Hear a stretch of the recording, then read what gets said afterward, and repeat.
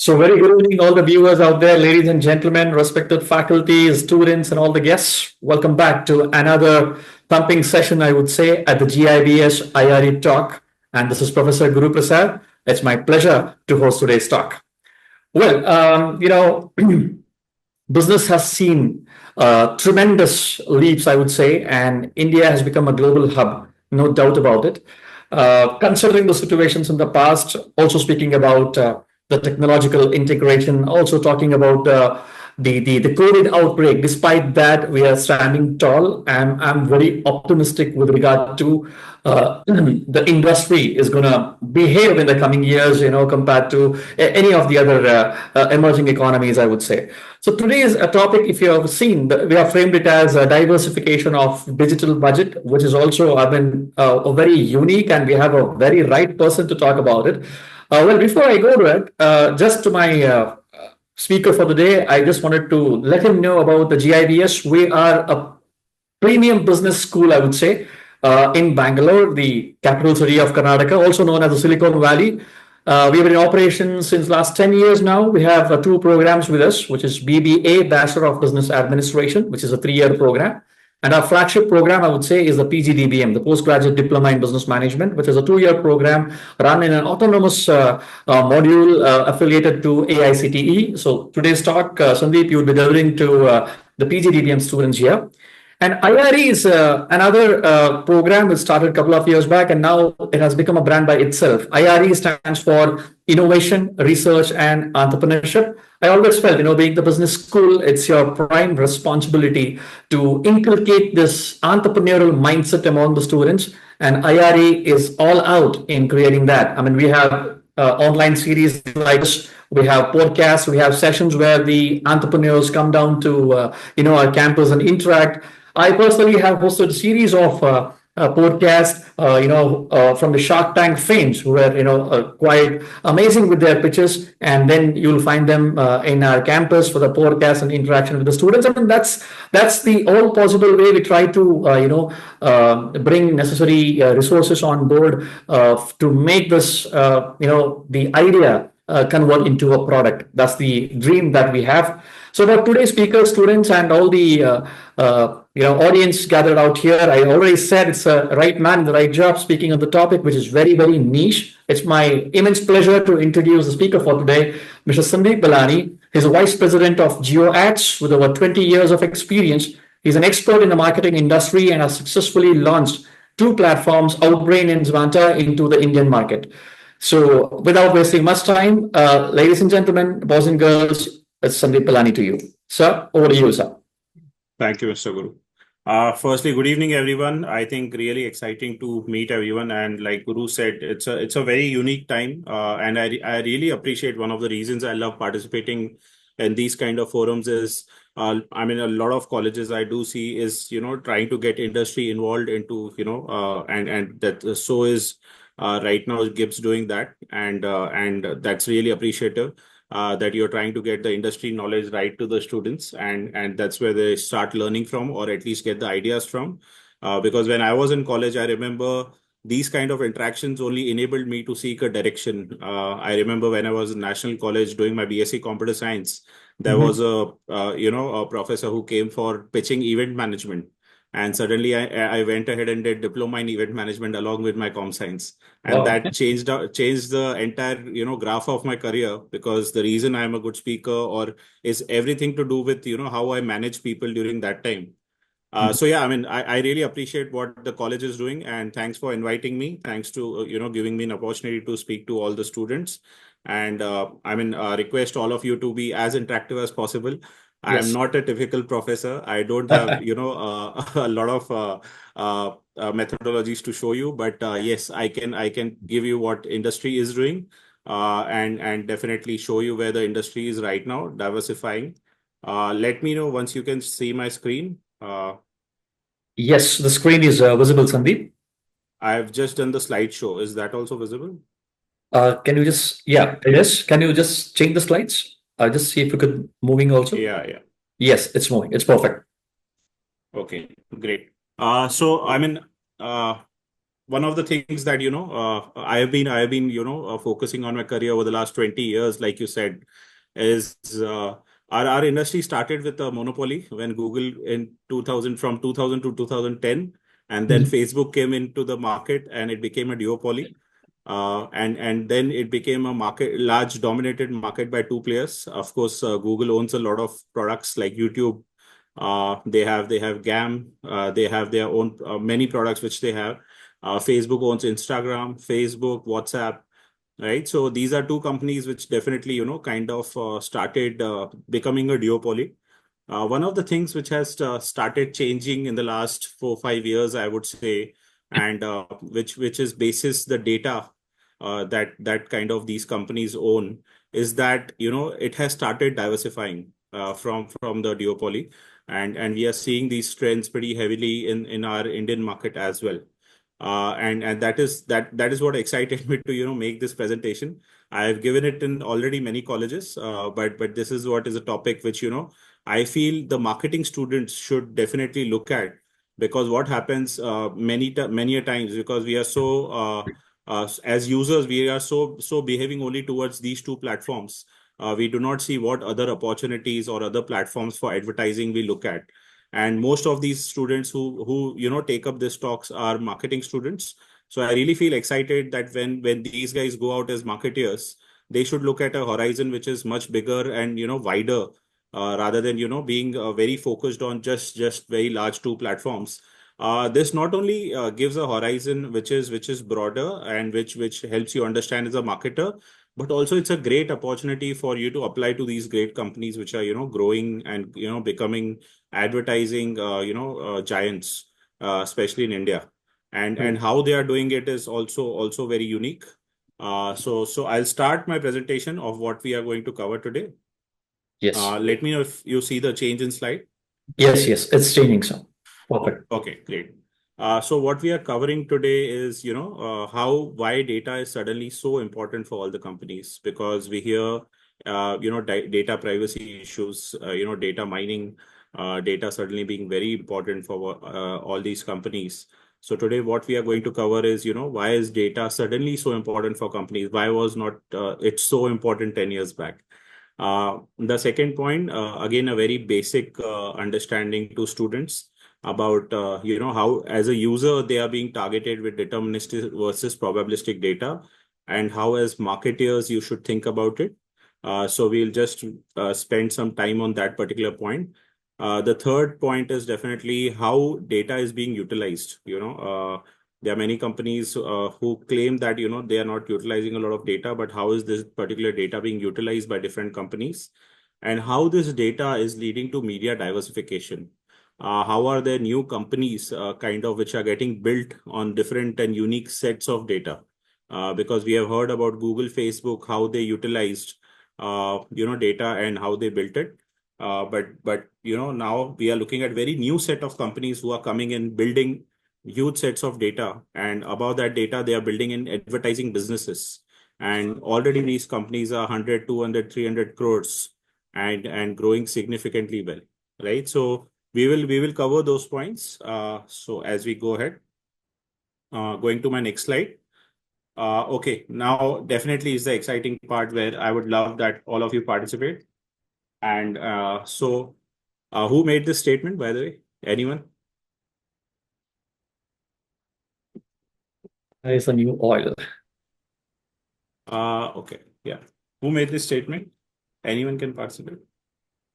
Students can make use of the chat boxes. If you're listening, you can drop in. I would definitely tell the answer on your behalf. In fact, Sandeep, the oil wells are getting empty these days, but the data will never get empty. Of course, it will just keep growing. We are just at a very starting curve. One of the things I would like to tell students is, this is the time you should understand data deeper. Very. So I remember when I was, 24 years old, and that time digital was just 2% of the advertising market share. And I took a leap of faith to get into digital. My entire growth from a senior manager to a vice president is 2% to 34% that digital advertising has moved. So I believe this data dynamics is just getting started. And whoever students, take this leap of faith, definitely they'll be on the right segment. Very Do we have good. some answers? I'm I waiting for don't see any that. chats come. Uh, Okay, cool. no, So Mr. yeah. Somebody says Mr. Clive. Okay. So where can I see these answers? I don't see the chats here. No, it's accessed by me, sir. Okay, okay, okay. Yeah, Mr. Cla. Okay. Okay. Yeah, I can see that right now. Okay. Okay. Why is data? Who said it's anyone else who want to give it a chance? Okay. Mr. Ambani made this statement in one of the shareholder meetings, and definitely, data is the new oil, is what. But any particular reason why is this being compared? I mean, we have seen, data growing significantly in India and abroad. We are seeing data being collected by many companies. But why suddenly it is as important as oil? One of the factors, let me give you an example. Can anyone tell me one company, which is just built on one single data point, just one single data point? And if you can tell me what is that data? It's a billion-dollar company. And anyone can answer it. Just one single data point. Hi, Saro. Good evening. Anyone? Just one single data point, and the company makes billions of dollars.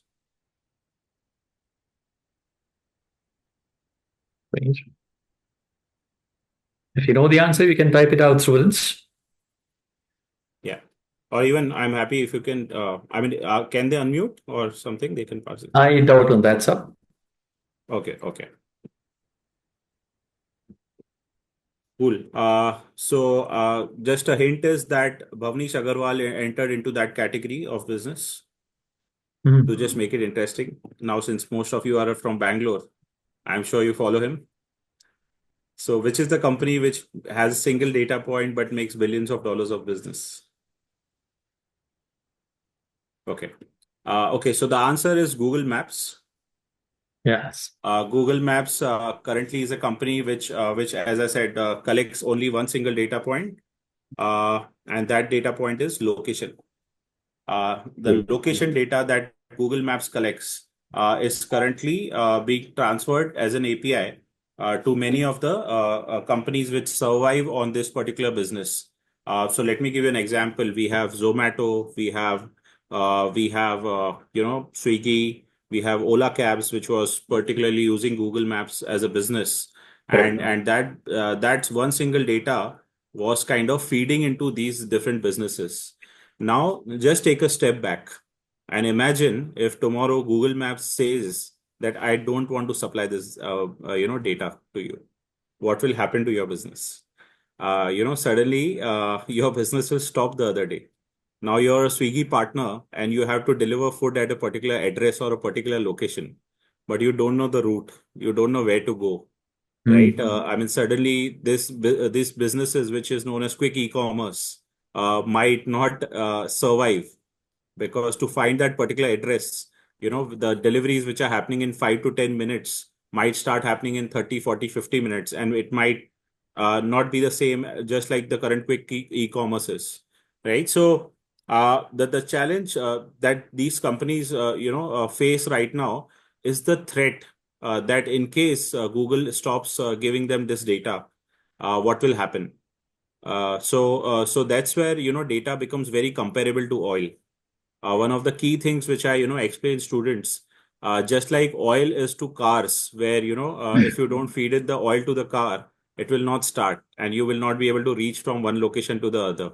Similar is data to these companies, where if supposingly they do not get the location data, I mean these companies will stop to survive and stop to exist, right? So which is why data has become very significantly important for all these companies, and which is why the companies which own that data. One of the things, if you go and see Bhavnish Agarwal's post, and because it's public data, I am kind of able to speak about it. But constantly, Bhavnish has been posting about Ola Maps and how he saved 100 crores from Google Maps. Right. But it was not only the money saving. but also the dynamics that the business was in, right? Because Ola cabs completely survived on Google Maps data, and Google is a company which has invested in a competitor Uber, right? So it was such a dynamic complex, and if someday Google Maps decides to increase the pricing, Ola doesn't have any control on their business. So which is why they kind of launched this particular business called Ola Maps.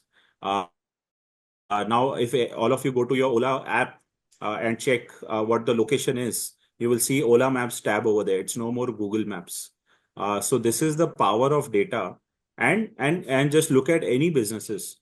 If somewhere today, if Google is some business thriving on this particular location data, if tomorrow a particular company decides to increase their price by say 1.5x, I mean, no company will say no to, because it is an existential issue. It is not just like I will lose out on margins, but if I don't get that data, my business doesn't survive. Today, all the new age businesses that you see, any e-commerce, quick e-commerce, all the businesses are surviving on this particular data, which they get from these APIs coming in from these large companies, right? So that's what is very, very important for all of you to understand the power that happens during the negotiation of these data points which are there, right? Other thing, and if anyone can participate, I'll just maybe wait for a second or more. But Facebook, as I said, entered this market of advertising in 2008. It entered in 2006, but by the time it was actually meaningful in size, I think it was 2008 or 2009 that Facebook started becoming bigger. And there were only two unique data points which Facebook had, which was very different from what Google had to offer. Google that time was pretty much a large monopoly in the market, dominated by search. Can anyone tell me what were those two data points of Facebook, which Facebook had uniquely to themselves? And at that point in time, Google search did not. This not only led to a lot of budgets getting switched towards Facebook, and we are talking about billions and billions of dollars here, right? And global dollars. It's not only Indian company, it is global dollars that we are talking about. So yeah. So how should companies balance paid versus organic digital marketing efforts? Okay, we'll take this question separately, but These for now, questions if some we will take it later. At the end, we can take. Yeah. But for now, if someone can answer, which were those two data points that Facebook had, which led to, them dominating the market versus a market which was monopolized by Google. I mean, that would be great. I'll not wait for a long, Mr. Guru, just maybe a minute or so. Somebody says Oh, age wow. and location. So, Sharath, very good. Age is Mhm. correct, not location. Okay. Location, Google had more dominance in. You want to give it another try? Age is perfectly right. Age Wow. was one of the parameter which Facebook had, which led to yeah, you can that is also correct. You can say gender, where male or female. So good work, Santosh. Really good work.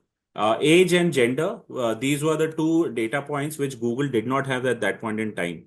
Correct. And Facebook had it, because if you want to become friends with someone, you have to upload your data on Facebook saying that I am a male, and this is my particular age, and then only you start becoming friends. And I remember, uh, I remember, I'm sure Mr. Guru, you'll also remember. I mean, we are the older people in the group. I mean, I remember when we used to, start chatting with someone, they used to ask, what is your ASL, which is your age, sex, and mobile. Okay, absolutely. And, I remember and that's that. how, yeah, that's how all this data capturing, gets started. True. Uh, but that point in time, Google did not have this data. And what happened was, suddenly, just imagine. So if you're a Gillette brand, and you want to start advertising on, say, search, you're spending hundreds and thousands of dollars to get men to start using Gillette. That time they did not have a female centric product, but suddenly, maybe females are clicking on those ads, and it leads to wastage. But now Facebook gives them an option only to target males. Now suddenly $100,000 that I'm spending goes to my target audience, who in fact will go and buy my Gillette shaving gel or Gillette shaving, cream or something. So suddenly, and similarly goes with female products. So if today someone is selling Lux or Palmolive, and Lux is a female-centric product, which Mhm. because of the models that they have, it's highly clickable by men as well while on search advertising. But if I have the option to target only females, and that also in particular region or a particular age gender like 25 to 45, where today most of the brands like HUL target these particular categories of advertisements. I think that becomes very sharp. What it leads to is that makes their advertising budget very efficient, and marketing budget very efficient. It leads to reduction in wastage of their budgets. And what happened after that? How did Google counter this strategy? Firstly, I'm sure all of you know that Google went ahead and acquired Orkut. If you guys remember, there was a social platform which was the number one platform that time, even bigger than Facebook. Google went ahead and acquired Orkut. Google Maybe launched a this generation don't remember the Orkut. We were there at the time of Orkut, I'm sure. Yeah, yeah.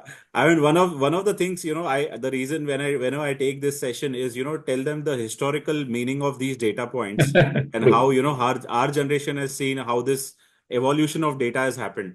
And, Exactly. it's not only this generation which has seen this, but it has been happening for the last 20, 30 years. True. And I'll tell you one or two examples which shows that it has been happening for the last 70, 80 years. Mhm. So yeah, Google went ahead and acquired Orkut. It didn't work. As all of us know, Orkut doesn't exist as of now. Right. If you remember, few of you, Google also launched a platform called Google Social, and that also didn't work. So Google tried very hard to kind of get into this category, but this category somehow was not working for Google.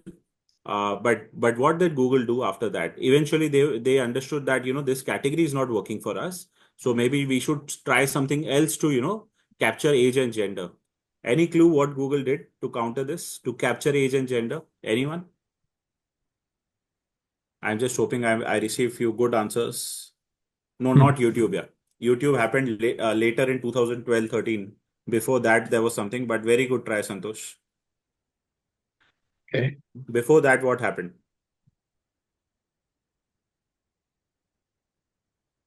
Definitely, YouTube was a big breakthrough for Google. I think uh, Gmail, very good, Prakash, very good. Gmail is the answer.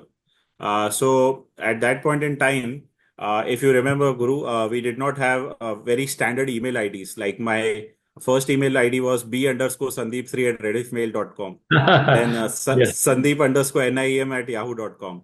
But Yeah. then Google came back with True. email IDs like sandeep.balani@gmail.com, right? Exactly. You can have your first name dot last name. So that was a very classic innovation. And for that, what Google did was they did not give you this email IDs easily. It was an invite only option. So invite only means you have to go, you have to register, and if Google accepts that request, then only you get invited to get that particular ID. For that, you have to enter your data, which is your age, which is your birth date, which is your gender, everything, and that's how they started capturing this data. And then Google started have a lot of targeting options, and Gmail was the answer to what Facebook did to the dominance of Google, and that's where the fragmented evolution of digital started, where marketers started becoming more and more demanding that for any campaigns we want to do so and so targeting options, and this is how we want to kind of grow our ecosystem. Great. Any questions, guys, till now? Any particular questions? How can business mitigate the risk of budget waste? So, Jaya, I mean, definitely this is the answer where the business keeps evolving and you have better targeting options. As I said, this session is all about that. So, as we go through the session, you'll understand it deeper and deeper how, what are the options today available to kind of reduce your budget wastage, right? True. So, I'll go on to the next slide. Yes. Okay. We have been hearing about our Web 3.0 avatar, but I don't think anyone has just taken a pause and thought about what is our Web 2.0 version. I mean, as I said, because it's not an interactive session, I would just take this up. where our Web 2.0 version is not at a single place. Our Web 2.0 version is completely diversified. It is all over the place right now. Our fitness data is being captured by apps like CureFit. Our bank opening account data is being captured by a lot of fintech apps, a lot of banking apps. Our smartphone usage data is being captured by different like Android captures a lot of data. What we say is being captured. I'm sure everyone has seen spoken something on WhatsApp and been surprised to see an ad on Facebook of that particular product and really been scared about what we are saying is being captured. But definitely we all have experienced some bit of it where we are talking on WhatsApp and we suddenly see that ad on Facebook, right? These are few things which we have experienced, all of us. What we think is being captured, our interest and preferences are being captured. Like I just mentioned at the start of the session that I'm going for a trek. I've suddenly started seeing ads of polarized glasses, trekking shoes, whatever so maybe, I was just taking a call. I was talking to someone about trekking. I did not even type it. But, nowadays, a lot of platforms do capture these kind of data and they understand what your interest and preferences are. And they kind of, categorize those keywords and then they target you with specific, ads that you have. What you feel, your emotional desire, your values and beliefs. Like someone mentioned previously, Snapchat and other tools as well. They have a lot of emojis. Now, what are the emojis are? Emojis basically help you capture this particular data, what you feel. What are you feeling at that point in time? Is it low? Is it high? Is it love? Is it hate? Is it anger? So these kind of emojis definitely help you capture that feel data. And basis on that also advertisers do understand and they kind of target you with typical those kind of advertising. So I went ahead and prepared my Web 3.0 version. So I was just trying to manage as a person whatever I do, cycling, trekking, playing chess, writing. I would request everyone to try this out. Create your own avatars, create a look and feel about how you would look at your Web 3.0 version. This is a very good exercise which will help you on which particular apps also are you kind of giving this particular data on. So that will help you understand in this particular format. Now coming to deterministic versus probabilistic. Now this is very interesting because it's a very minute difference. And the reason I have given the definitions on board is because it just helps you clear. So can someone give me an example of how to use deterministic data? Any case? Or just like, Santosh and others were messaging, someone can message.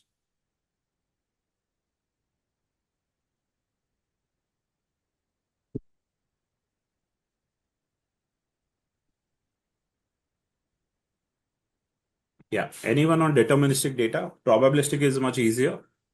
But any examples that you guys see on deterministic data?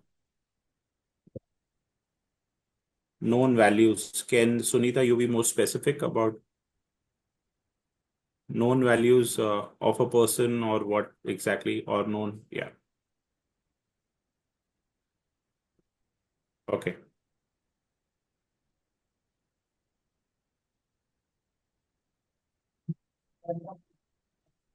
Number of students in class. So yeah, I mean, that is a known value. Yeah. But how would it impact the e-commerce behavior? As a marketer, the way you need to think is about how it will impact the e-commerce behavior.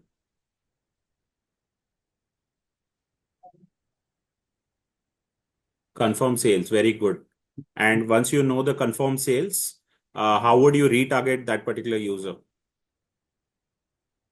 So Sunita, very good try and really appreciate it. I mean, I'll give you the answer, but very, very close in line. I'm sure if it was a one-on-one session, you would have been bang on. But let me just summarize it for you.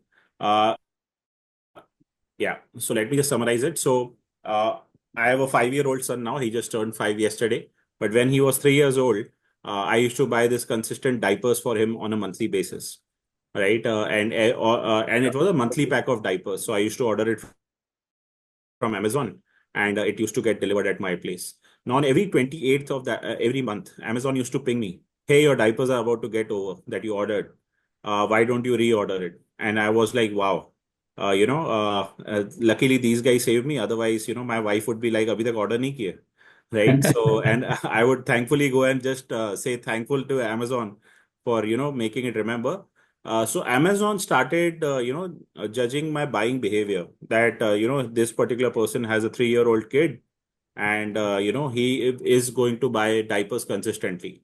So once, and when, there were 3-4 times they sent me reminder for 3-4 months and I did not buy, they understood maybe the kid has started, wearing diapers now. But this is purely deterministic data where they determine your buying behavior. Again, I'm giving a very basic example.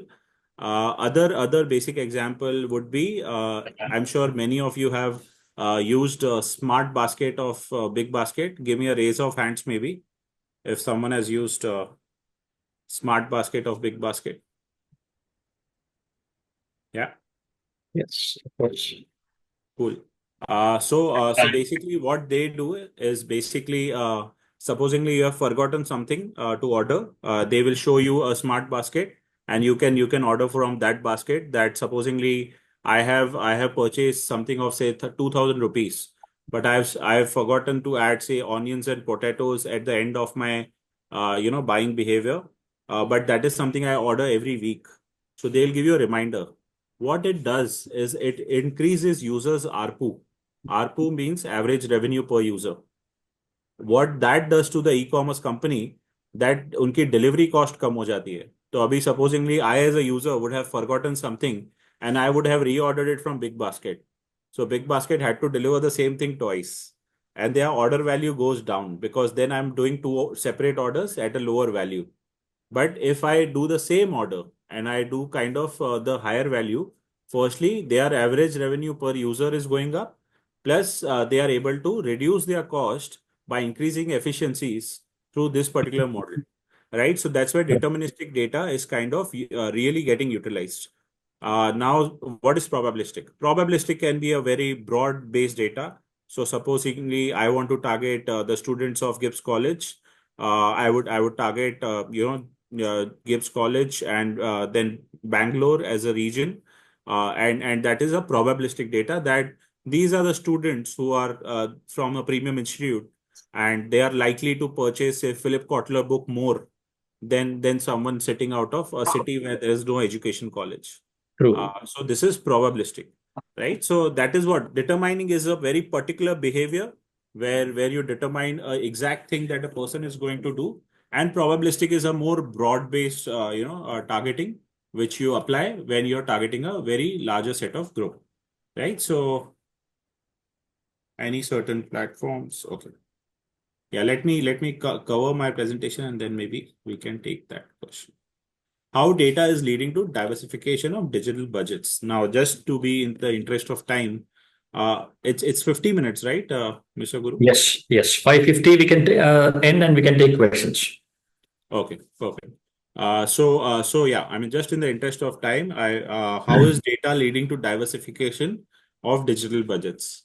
Now, just like you saw the graph that I presented previously, your personal data is being captured differently. So is your different kinds of data. Now, this is very interesting. Now, everyone remembers the Paytm story. The stock listed at 2,000 rupees dropped to like 300, 400. Now I think it's at around 600, 700. Now, what happened to Paytm ads? So again, this is a very interesting, conversation on a one-on-one thing. But yeah, I'll tell you the story. What happened with Paytm was Paytm did not participate in the UPI growth. Because if you all remember, around in 2013 to 2015, and that Paytm wallets were very big. In fact, there was a time that we used to keep at least 40, 50, 60,000 just saved in Paytm wallets because it was an easy credit card swipe without any charges.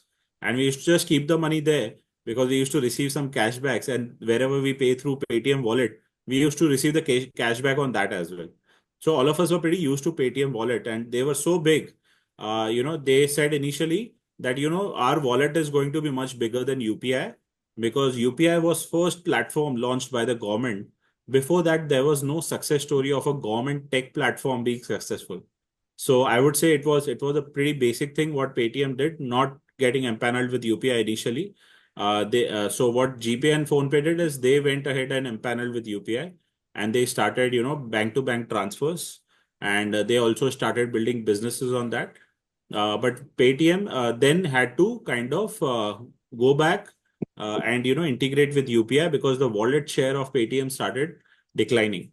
Right. So what Paytm did is, of course, their share of growth of users had reduced quite substantially. What they did was started focusing on ARPU, which is again average revenue per user. This is a model which is basically evaluated by most of the tech companies. Why? Because once your growth of users is slowing down, you focus on growing the revenue from the same set of users, right?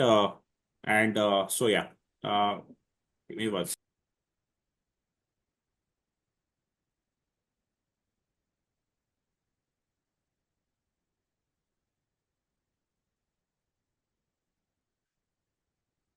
Oh, sorry, guys. So basically, what happens is that your wallet share starts, declining. So to increase the wallet share of that user, Paytm started giving small retail loans. Now, if you remember, there was a Paytm box which is given to everyone, where wherever you do a UPI transaction, it speaks up. Right. Correct. So basically, they collect the data of what transactions are happening at a UPI level. And they know that, this particular retailer, while on cash, you were not able to judge. But I don't know how many of you have been to Bombay, but, there was a income tax rate done to a dosa wala in Bombay, and they got crores of rupees from cash on from his place. And so now Paytm, while you're doing a UPI, Paytm knows that this guy makes crores of rupees, True. and I can offer him a loan. So they go to this dosa wala. I mean, it's just an example I'm quoting, and they say you do a crore of transaction a day. I'll give you a loan of 30 crores a year, right? Why don't you go and open a restaurant? Now, this option was never available to that dosa wala. He was doing business completely on cash. And now suddenly, Paytm is offering, and they have disbursed, I think, around 70,000 crores of loans, which is as per the current stock filing. And they have dispersed these loans to these smaller retailers in tier 2, tier 3 cities. And it's one of the fastest growing business for them. So that was one thing they did to increase their ARPU. The other thing was they launched Paytm ads. Now, what is Paytm ads? Paytm ads is basically a model. As soon as you do a transaction, they start building, giving you coupons. Everyone has seen coupons? Yeah. So yeah, so basically they give you a coupon. You basically take that discount code, and so is GPay's model, and so is PhonePay's model, where a coupon is a large business for them. And today, many brands and many advertisers kind of build on this particular coupon data, and coupons is becoming like a 200, 300 crore business for all these fintech companies. Correct. Uh, which is the latest fintech company which is growing really fast? Now, this is a very simple question, so I'm taking it up. But yeah, which is the latest fintech company which is growing really faster than maybe all? Yes, Cred. Very good. Thank you, Anmish. Uh, so again, but Cred is a very classic example which is very different from all these three companies. So on a coupons business, if any particular company is doing, say, 2 to 10% conversion rate, Cred does 50%. Now, what is unique with cred is there's a concept of cred coins, which I'm sure all of you are aware of.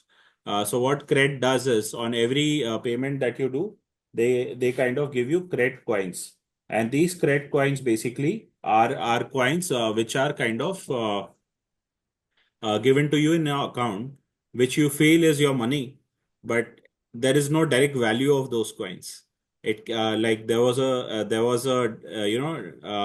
reduction is in the value by 50% of those coins which are there in your account just recently. So cred makes you feel that you have money in your account, but you're not buying anything.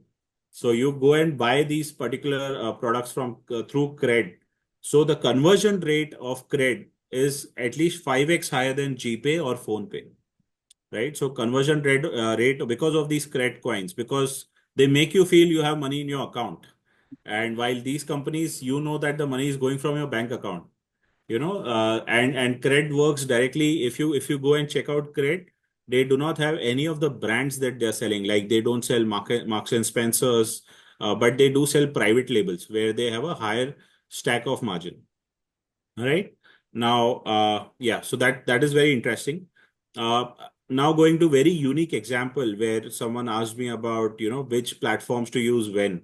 Now, Amazon ads.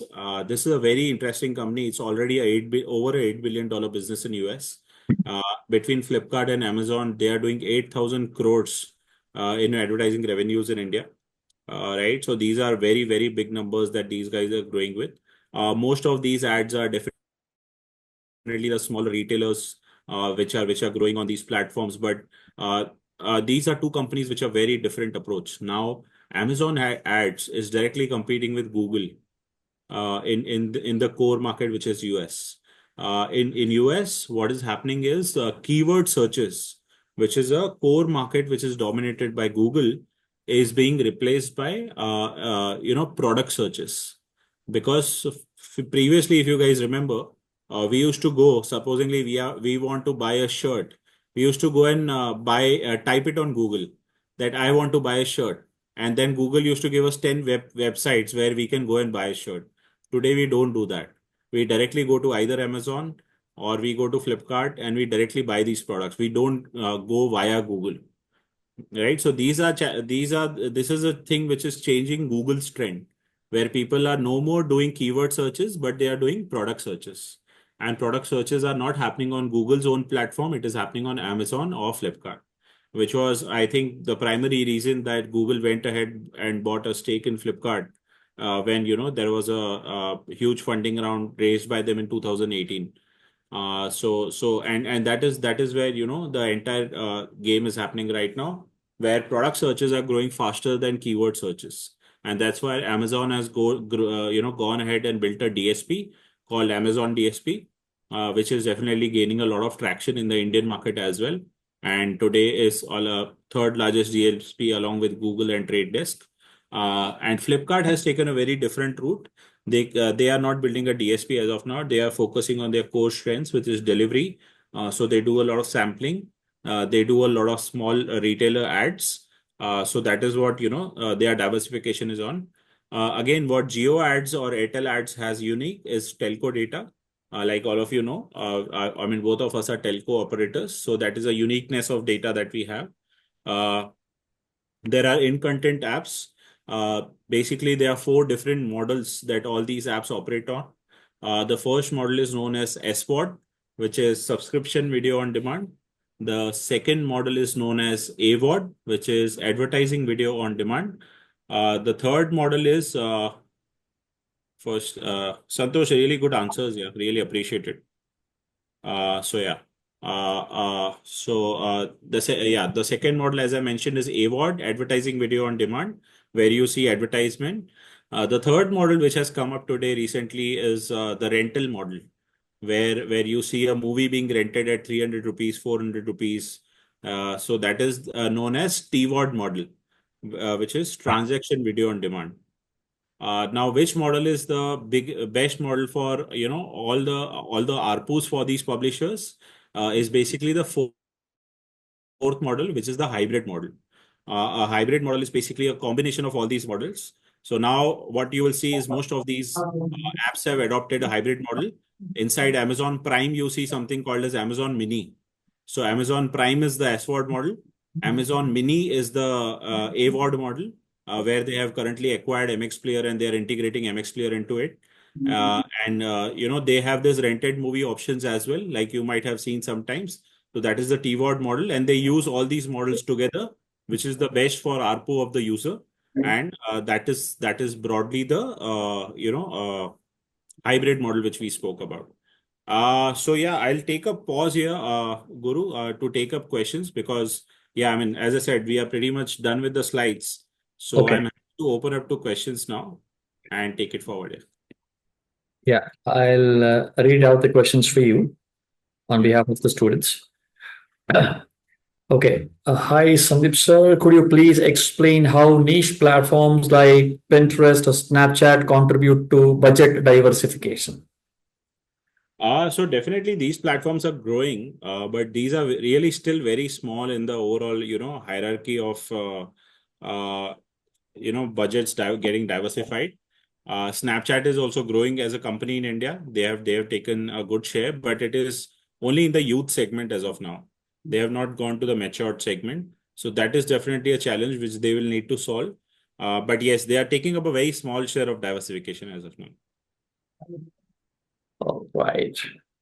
Hope that answers, Rajiv. We'll go on to the next one. How should companies balance paid versus organic digital marketing efforts in their budgets? Interesting question. Yeah, it depends definitely from company to company and season to season. Mm-hmm. Definitely if it is like best example is the insurance companies. So everyone knows that is January, February, March, everyone is trying to do their tax, closures, and they buy insurance or mutual funds or something tax saving. So that time a lot of companies go ahead and do a lot of paid advertising, but most of the year it is SEO that they rely on or content marketing. But yeah, depending on companies to companies, they are timing their goals. So there, if there is a time in point where the investors are telling them to go after growth, they will go and invest more in paid marketing. If there is a point in time that there are tough times in the market like now, where everyone is cutting down their paid marketing budgets and sustaining on retail or regular growth, is SEO, and SEO would be the best thing to do right now. So yeah, organic is the way to go. Great. Thanks, Shifa, for that question. Raksha mentioned, so which digital marketing platforms, Google, Facebook, or Instagram, should receive the highest share of budgets today? Yeah, now that's very interesting. I mean, it's very broad question, Raksha. I mean, Google is not Google. Google is broken down into 10 companies these days. So it's YouTube, it's GAM, it's DFP, it's DV360, right? So these are different companies. But I would say depending again on your goals, if you're a FMCG brand, YouTube makes a lot of sense for you. But if you're a new brand which wants to focus on sales and transactions, Insta is the way to go these days. Again, we have seen different geos Sure. also perform differently. Like a student came back with an analysis that in Uttarakhand, people use a lot of Facebook, but in Uttar Pradesh, people use a lot of Instagram, right? So that was Oh, interesting for me as well to learn. So mhm. depending on which geo you are at, which platform is the best for that particular geo, and how is the trend on that particular platforms, you'll have as a marketer, you'll need to understand your audiences the best, and Great. yeah, give them the best platform as possible. Lovely. Thanks, Raksha, for that question. Hope it's been answered. Subhashini asks, how do AI and machine learning impact budget allocation and diversification? Yeah, so great question, Subhashini. As I said, in my previous company, I was the country manager for this company called Outbrain, and there was this company. So our platform was directly competing with Google in the publisher ecosystem. One of the key things, we used to use 70 algorithms to optimize our campaigns, and there was a key metric called CTR, click through rate. So in the same page of the publisher, Google CTR was around 0.2%, but our CTRs were as high as 2%. Right. So AI and machine learning do contribute a lot. So what we used to do in our platform is that we used to read the publisher contextual data. So supposingly you're on Money Control website and you're reading about say mutual funds, we'll go ahead and show you mutual fund ads, which will lead to higher, tendency of you to click on those particular ads and convert. So definitely AI and machine learning plays a huge impact in diversification of budgets, because today, but it is also apart from AI and machine learning, one of the key failures that we see in the advertising industries is we rely too much on them sometimes, because it is also how you input the right data to this particular platforms. Now a lot of these platforms are definitely biased towards what their properties are, and you shouldn't go only by what they suggest, right? Because these platforms, like as I told you about the larger platforms, they own certain properties themselves, so you'll see maximum budgets being diverted to those platforms. So you should have your own understanding as marketers as well. And diversification is not only dependent on platforms, it is also on your mind on how you need to act as a marketer, right? Because over dependency on one platform is the risk. Is where you as a brand will stop learning, you as a marketer will stop learning, and you as a person will stop learning. So yeah, diversification, don't be dependent on only AI. Use your own understanding and diversify between different platforms. All right. Thank you. Okay. Josephine asks, are there certain platforms better suited for B2C diversification than B2B? Definitely, like I told you about Paytm ads or Cred, in fact, where you can reach out to the customers directly in terms of coupons based transactions, right? So that becomes directly B2C, where you work with these platforms to give them certain goals on sales, and they do the sales for you, so, to your customers by giving them credit coins or whatever. So definitely these platforms are well suited for B2C diversification of budgets. So yeah, I mean, you should definitely test out I would say any user facing platform, even Instagram for that matter, is a great platform for diversification of B2C budgets. All right. Thank you, Josephine. There's a question from Saro. Should digital Yeah. groups be diversified based on customer demographics or engagement metrics? I think as a marketer, whatever is your goal, if it is engagement, definitely engagement. If it is sales, definitely sales. What is your key goal that you're trying to solve at that point in time? Should be the goal to the platform. So it should be nothing else but the marketer's goal. Whatever. If it is sale, it has to be sale. Right. Thank you. Thank you, Saro. There's a question from Rohini. How can companies avoid budget cannibalization across multiple platforms?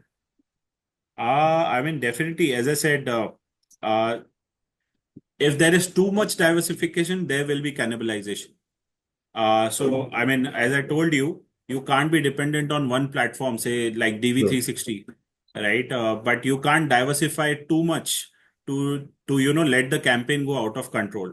So I would say stick to the top 2 to 3 platforms and always keep like 10% of your budget to try out new things and diversify on other platforms. So 90% in the top 3 platforms and yeah, don't over diversify. That leads to cannibalization. True. True. Well said. Thank you, Rohini. We have the name is not mentioned, but yeah, the question I can read it out. How can small business with limited budgets effectively diversify their digital marketing spending? Yeah, ensure. Firstly, you need to be very clear about what your targeting is. If you have a very small budget, please ensure your targeting is well implied. Most of the small businesses that we kind of see, we see their targetings are open targeting, and in YouTube and Insta, these budgets go off on a seconds basis, right? Because there's so many users there. But yeah, I mean, with Geo also we came up with an interesting offering for SMEs where we on WhatsApp, they can automate the campaigns and set it up on WhatsApp. So these are very unique offerings for SME businesses. So definitely small businesses today are very well placed, but yeah, get your targeting in place before you use the budget. So because you have budget's limitation. Yeah, that's the key. That's the key. Thank you. We have a question from Shruti. How should companies adapt their budget diversification strategy to changing consumer behavior, especially post-pandemic? She asked for. Yeah, very interesting. Definitely, there's a very, very big shift in the consumer behavior. Today, consumers are becoming more and more busy, especially like we used to spend 3 to 4 hours daily on OTT platforms previously. Today, I don't think even I spend more than like 15 minutes True. on these platforms. And it is becoming really challenging, Shruti, to understand how the consumer behavior is changing. Like you will acquire particular publisher to see that they will have X number of page views, but they'll end up X divided by 10 right now because people are not online at all. So you need to be, as I said, as a marketer, you need to keep testing new and new things. But yeah, as I told you, the rule about stick with 90% of your budgets in the top 3 platforms and 10% testing on other platforms. I think that works wonders.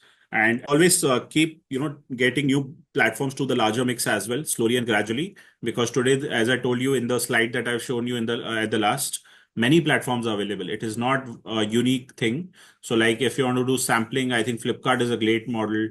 If you want to do just product ads, Amazon is a great model. Just stick to Amazon. Or if you want to, do kind of e-commerce purchases, GeoAds is a great model because we have telco data, right? So a lot of these new platforms are coming in, which are kind of helping you with options. The first thing you have to do as a marketer is switch yourself, not completely, but significantly from the top two platforms. At least get the third and fourth platform in the mix. At least think about it and then take the steps ahead. Great. It's perfect. I have a question from Anmesh, a very interesting question considering the student point of view. I can't comment on packages. Yeah. Yeah. Otherwise, it's a combination of package and work culture. I'm sure you can comment on the work culture. I think work culture is amazing.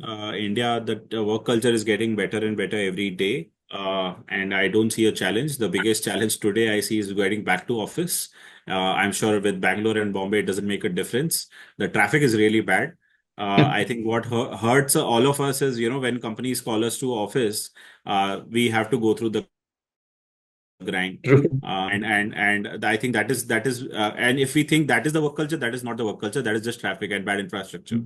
Right. Sandeep, So please otherwise, don't. how do you do? You travel? I mean, is there a hybrid or it's No, we travel. We go to office and we do kind of work from office. So okay. and we love it. Yeah. I mean, honestly, I personally love it because I worked from home for a good 8 years.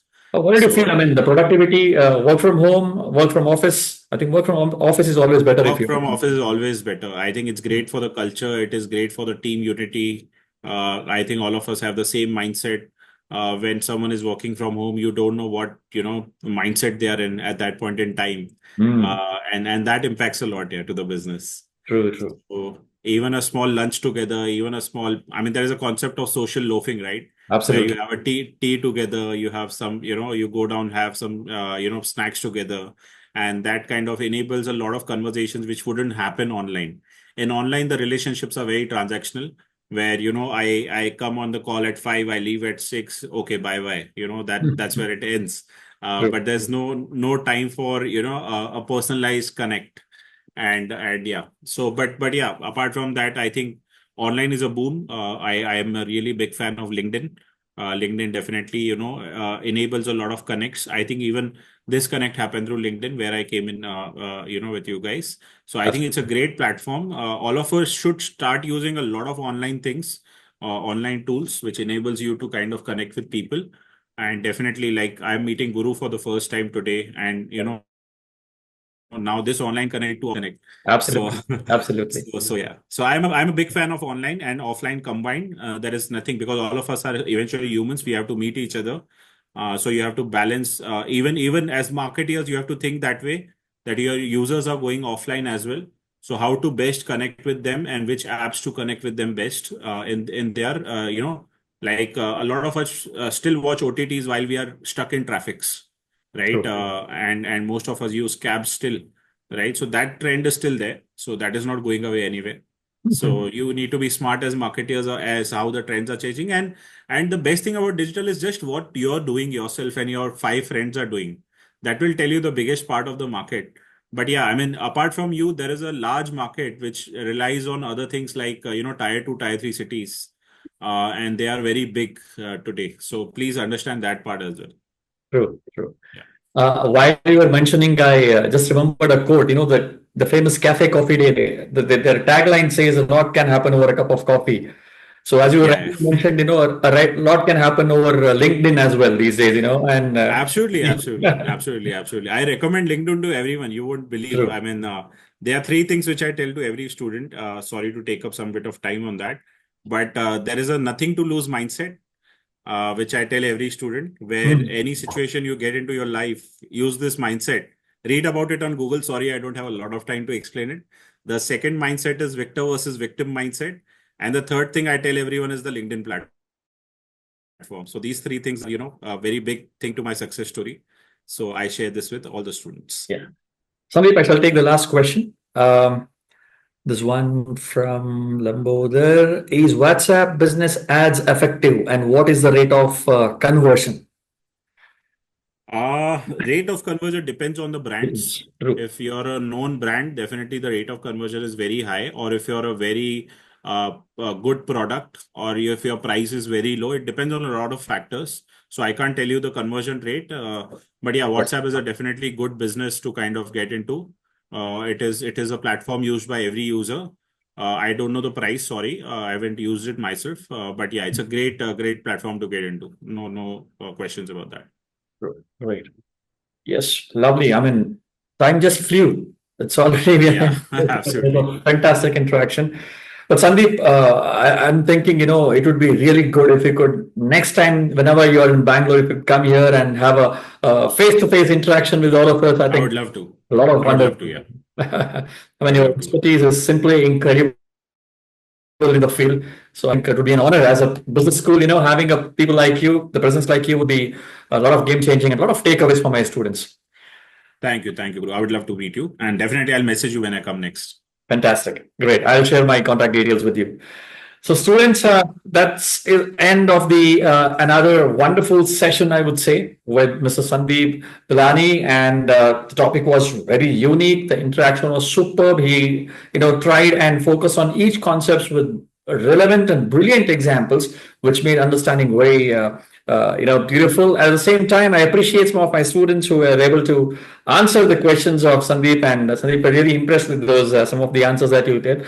Yeah, and really, the special note of appreciation for all the students out there. But otherwise, yes, we are ending today. And before I end, I would request all the audiences to please like and subscribe over all the pages that we have. We're very active on all social media pages. As Sandeep rightly said, we are connecting today because of the social media connect that we build with Sandeep. And also, please do follow Sandeep, because I know a lot of questions were posted today. That itself shows how students are keen on this topic. So I request all my students also to follow Sandeep, where you get more insights on this. Well, on behalf of the GIBS, I extend my heartfelt thanks to Sandeep. Thanks for your time. Thanks for Thank the you, Guru. wonderful Appreciate it. interaction we had.